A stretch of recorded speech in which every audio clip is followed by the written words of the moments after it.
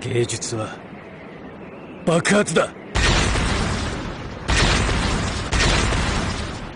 爆炸才是究极的艺术。火力军已经不满足爆破堡垒、炸毁坦克这些小目标，异想天开的想要去炸航母。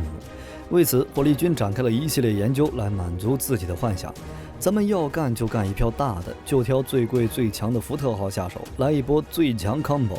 那么，如何才能炸毁福特号航母呢？美国海军的实力，火力军就不多赘述了，是世界各国公认的第一。11艘航空母舰更是其自由航行的底气所在。为此，火力军对福特号做了充分的研究。福特号是美海军继尼米兹级航母后捣鼓生产出来的又一级核动力航母。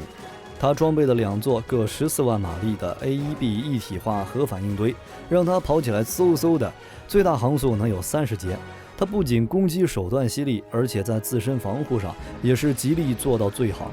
101605吨的满载排水量，能让它搭载包括 F-35C、F-18EF 等在内的各式舰载机75吨，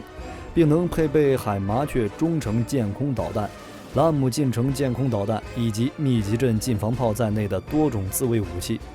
同时，福特号航母也是人类航母发展史上第一款采用全舰综合电力控制系统、电磁弹射、拦阻装置和双波段雷达的核动力航母。因此，想要炸沉福特号，不下一点苦功夫，还真不容易做到。火力军遍寻击沉航母的方法，发现目前仅存的所有击沉航母的案例，居然都发生在2战的海上战争中。其中，美国损失了11艘，日本损失了20艘，英国损失了10艘。在所有损失的航母中，敌军航空兵击毁了其中18艘，水下幽灵潜艇也干掉了18艘，剩下的就有点倒霉，居然是被敌军水面舰艇用火炮给击沉的。火力军发现，在2战这些击毁航母的武器中，俯冲轰炸机从高角度投放航空炸弹的战绩遥遥领先，其次是航空鱼雷和潜射鱼雷，最后是日本的神风，采用自杀式攻击，在2战后期击沉了2艘航母。除此之外，还有一些水平投掷炸弹、水雷、蛙人等特种攻击，近距离箭射鱼雷等武器也多多少少的击毁过几艘航母。2战之后，科技高速发展，攻击手段丰富的同时，现代航母的防御力和坚固程度也不是2战木质甲板航母能媲美的，更何况福特号还是航母中的 No.1。所以，火力军结合击沉航母的武器，总结出要想炸沉福特号，从目前的科技水平上讲，我们可以从高角度弹头、潜射鱼雷和反舰导弹3个方向上入手。当然了，要是你想的再远一点，结合一些未来特种作战的技术，像什么自巡航母的智能鱼雷、航程几千公里的超长射程火炮、驾驶迷你潜艇的蛙人特种作战，只要技术跟得上，这些都是炸沉福特号的手段。我们先来看看反舰弹道导弹击沉福特号的概率有多大。近几年打航母吹嘘最厉害的就是反舰弹道导弹，说这家伙打航母一打一个准，难道真有这么厉害？反舰弹道导弹其实并不是21世纪才兴起的，早在上世纪60年代，头疼于美国航母战斗群的苏联工程师们就开始琢磨反舰弹道导弹的研究了。当时，苏联工程师呕心沥血研制出了世界上第一种实验性反舰弹道导弹 P-27K， 专门用于攻击沿海以及海上大型舰艇目标。P-27K 导弹在重量和长度方面都比原版的 P-27 导弹大，这是因为 P-27K 额外增加了一个能在大气层外活动、调整飞行轨迹的2级液体发动机，这样可以大幅降低拦截效率。只不过由于重量加大，也导致了航程比原版 P-27 缩短了1600公里。P-27K 采用被动制导模式，可以顺着航母发射的无线电波摸过去攻击航母。所采用的制导系统也与当时苏联先进的侦察卫星系统相同，能侦测800公里范围内的目标，只不过精准度稍微差点，弹着点误差居然有2500米。为了弥补这个缺点，苏联工程师特地给 P-27K 搞了一个300到800万当量的氢弹当战斗部，所以这个弱点勉强可以接受。苏联工程师真是符合技术不够，火力来凑。不仅如此，在苏联工程师大佬的设想中， P-27K 理想的发射平台是潜艇或大型水面舰艇。为了搭载这个用来对付美航母的明星武器，苏联还特别设计了一艘1300吨能搭载6枚 P-27K 和大量防空导弹的舰艇。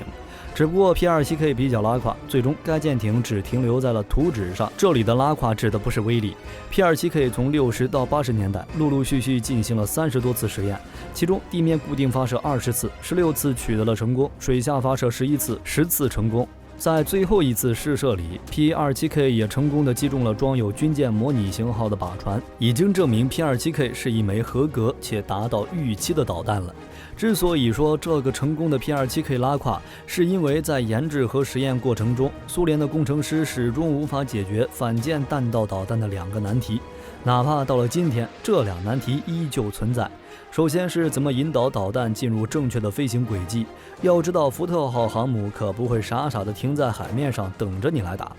因此，反舰导弹必须时刻对其进行追踪和精准定位，并且在攻击时这个误差不能超过100米，不然就打不中。到头来，辛辛苦苦研制的导弹只是给福特号炸浪花玩，这谁也受不了。而要想长时间连续获得福特号航母的精准位置，就需要用到军用海洋监视卫星。这种卫星目前有2种监测模式，一种是捕捉福特号航母的无线电信号进行3角定位的被动监听模式，另一种就是靠雷达进行地面扫描的主动侦测模式。前一种也就是我们现在和平时期常用的方式，后一种则需要监视卫星具有强大的动力。不是哪个国家都有像美国星链那样庞大基数卫星群的。况且当初苏联也不是没有进行尝试，他们不惜将核反应堆搬上卫星，可结果并没有改变。虽然延长了监视时间，但笨重的体积加上不靠谱的核电池，让它一直迟迟无法投入实战。其次，我们都知道，反舰弹道导弹要想击中福特号，必须在最后一段航程中不断修正自己的飞行轨迹。不说以前，就算是现在，现有的导引头模式都适应不了3马赫以上的无人驾驶武器，根本无法提供矫正航线的庞大算力，因此无法进行精准制导。这也是为什么现有的超高速武器都只能打击固定目标的原因。因此，福特号航母的末端防御系统是有击落反舰弹道导弹的可能。在解决这2个世纪难题前，火力军不考虑用单颗反舰弹道导弹去炸福特号航母。没错，是不考虑单颗，而会考虑 N 颗饱和式的对福特号进行远程反舰导弹打击。这是火力军想到的第2个击沉福特号的方法。火力军说的多平台远程反舰导弹饱和式攻击，是设想在一个短暂的时间窗口内，从不同位置的发射平台向航母进行密集射击，尽可能的发射足够多的重型反舰导弹。这样别说是福特号，就算是福特号拉个航母战斗群来，照样突破防御网，击沉福特号，多少带点人海战术的味道。你们可不要把饱和式攻击想的只是简单粗暴的将反舰导弹全部射出去，这可是一种对硬件和软件要求相当高的攻击战术。首先，想要开展饱和式攻击，必须要有一大批重型反舰导弹和可搭载的高水平平台。想要对福特号航母造成实质性伤害，至少要携带重量在1000公斤以上的战斗部。而且为了避免发射平台遭到福特号舰载机的打击，反舰导弹的射程必须尽可能的远，至少也要达到200公里以上。我们按照这个标准制造出的反舰导弹，其尺寸和重量都会超过一般意义上的中程反舰导弹，比如能被战略轰炸机携带的 AS-6 重型反舰导弹，仅战斗部就有1000公斤，全部重量5000公斤，最大射程超过800公里，或是能够在飞行末端达到超音速的 SSN-27 反舰导弹，以及总重4.8吨、射程550公里的重型反舰导弹 SSN-12。这些都是为了究极艺术而诞生的大杀器，而能搭载这批大型反舰武器的平台，其中包括有排水量超过25000吨的基洛夫级巡洋舰，排水量13000吨的光荣级巡洋舰，排水量7000吨的现代级驱逐舰，具有超远航程的图95战略轰炸机，以及水下排水量19000吨的奥斯卡级巡航导弹核潜艇等等等等。这批发射平台不但体量巨大，续航能力出色，而且都搭载了数量超过普通平台数倍的重型反舰导弹。只不过为了炸一艘福特号航母，这样兴师动众的搞一大批武器，是不是有点太费钱了？而且对于饱和式打击攻击方式来说，它其实有个较为致命的弱点：侦察。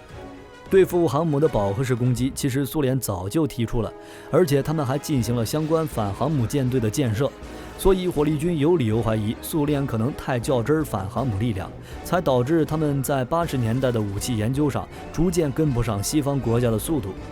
回到饱和打击的弱点，当初苏联因为没有足够强大的卫星探测能力，因此不得不派遣远程电子侦察机，冒着被打掉的风险进行外出侦察，甚至是在导弹发射后，这些侦察兵们也要保持对航母的追踪，并不断将实时数据通过卫星传递给反舰导弹群。